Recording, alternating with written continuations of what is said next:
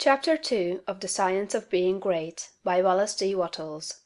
Recording is in the public domain. Heredity and Opportunity.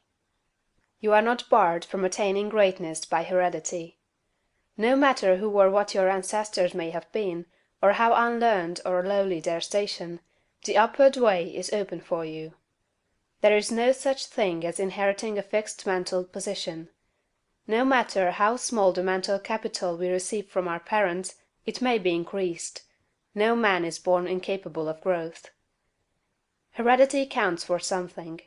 We are born with subconscious mental tendencies, as for instance, a tendency to melancholy or cowardice, or to ill temper.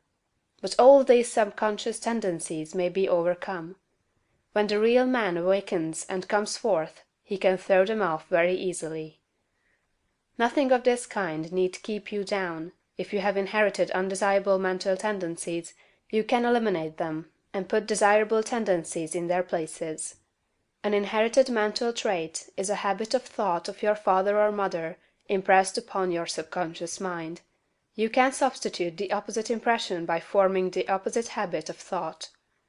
You can substitute a habit of cheerfulness for a tendency to despondency. You can overcome cowardice or ill temper. Heredity may count for something, too, in an inherited conformation of the skull. There is something in phrenology, if not as much as its exponents claim. It is true that the different faculties are localized in the brain, and that the power of a faculty depends upon the number of active brain cells in its area. A faculty whose brain area is large is likely to act with more power than one whose cranial section is small. Hence persons with certain conformations of the skull show talent as musicians, orators, mechanics, and so on. It has been argued from this that a man's cranial formation must, to a great extent, decide his station in life, but this is an error.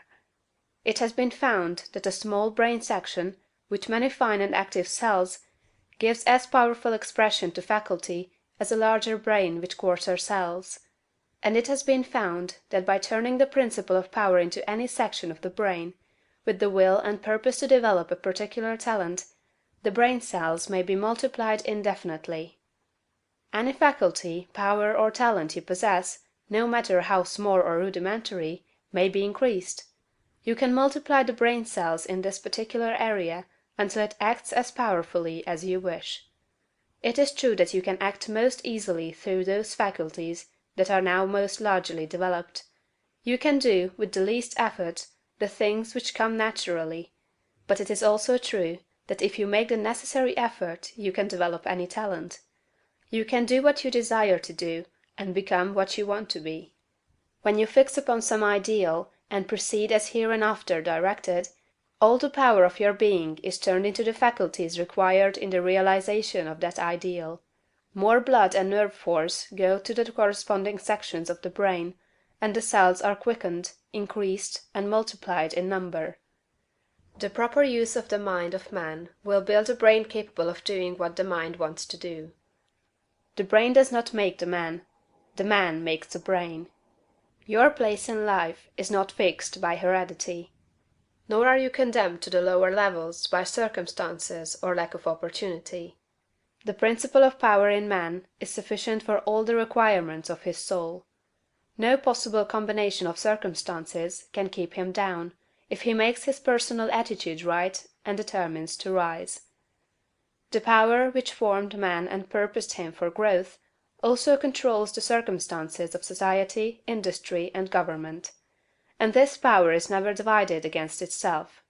The power which is in you is in the things around you, and when you begin to move forward, the things will arrange themselves for your advantage, as described in later chapters of this book. Man was formed for growth, and all things external were designed to promote his growth.